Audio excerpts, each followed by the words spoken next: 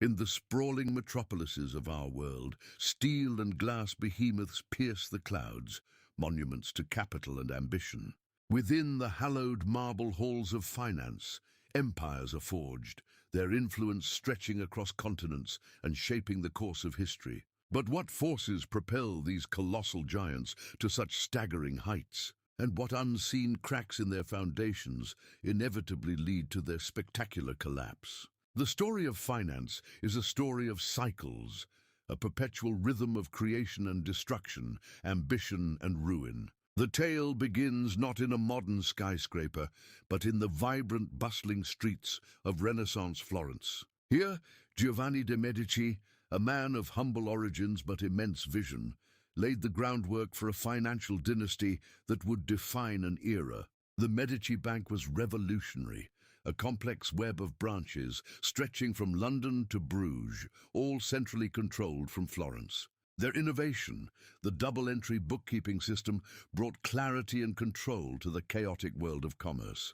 Visuals of gleaming gold florins being counted, meticulous ledgers filled with elegant script, and powerful patrons like popes and kings seeking their counsel paint a picture of their unparalleled influence. The Medici didn't just lend money. They financed art, sponsored science, and propelled the Renaissance itself, becoming the de facto rulers of Florence and masters of European finance. Yet no empire is eternal. As generations passed, the astute leadership that built the Medici Bank began to fade. Reckless loans to insolvent monarchs, internal strife, and shifting political landscapes started to erode their power. The once mighty branches began to falter, crippled by bad debts and mismanagement. The family's political enemies, long held at bay by their immense wealth, saw an opportunity to strike. The final blow came with their expulsion from Florence, their assets seized, their palaces ransacked. The great Medici Bank, once the financial heart of Europe, crumbled, its fall echoing through the corridors of power and serving as a stark reminder of the fragility of fortune. Centuries later, on the other side of the Atlantic, a new financial titan began its ascent. The story of Lehman Brothers started modestly in 1840s Alabama, with three German immigrant brothers trading cotton. Through shrewd adaptation and relentless ambition, they transformed their small commodities brokerage into a global financial powerhouse. A rapid montage shows their evolution, from dusty southern storefronts to the pulsating energy of the New York Stock Exchange, from financing railroads to pioneering the modern bond market. Their iconic headquarters became a symbol of Wall Street dominance, a testament to their journey from humble merchants to one of the largest investment banks in the world. For over 150 years, Lehman Brothers weathered wars, depressions, and market upheavals, seemingly invincible.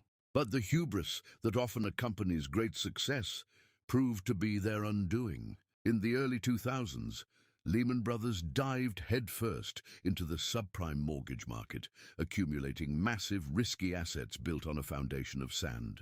When the housing bubble burst in 2008, the illusion of security shattered. The world watched in horror as the crisis unfolded. Scenes of frantic traders on the floor, their faces etched with panic, were broadcast globally. Stock tickers plunged into a sea of red, and stark news headlines screamed the unthinkable. Lehman Brothers had filed for bankruptcy.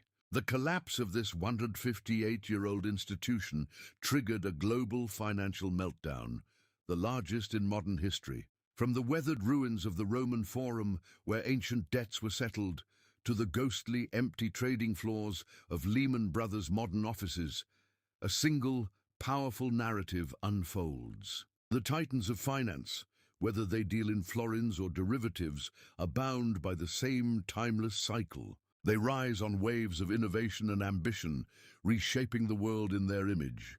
But they often fall victim to the very same forces of hubris, risk, and the inevitable turning of the historical tide, proving that in the grand theatre of finance, no empire, no matter how powerful, is too big to fail.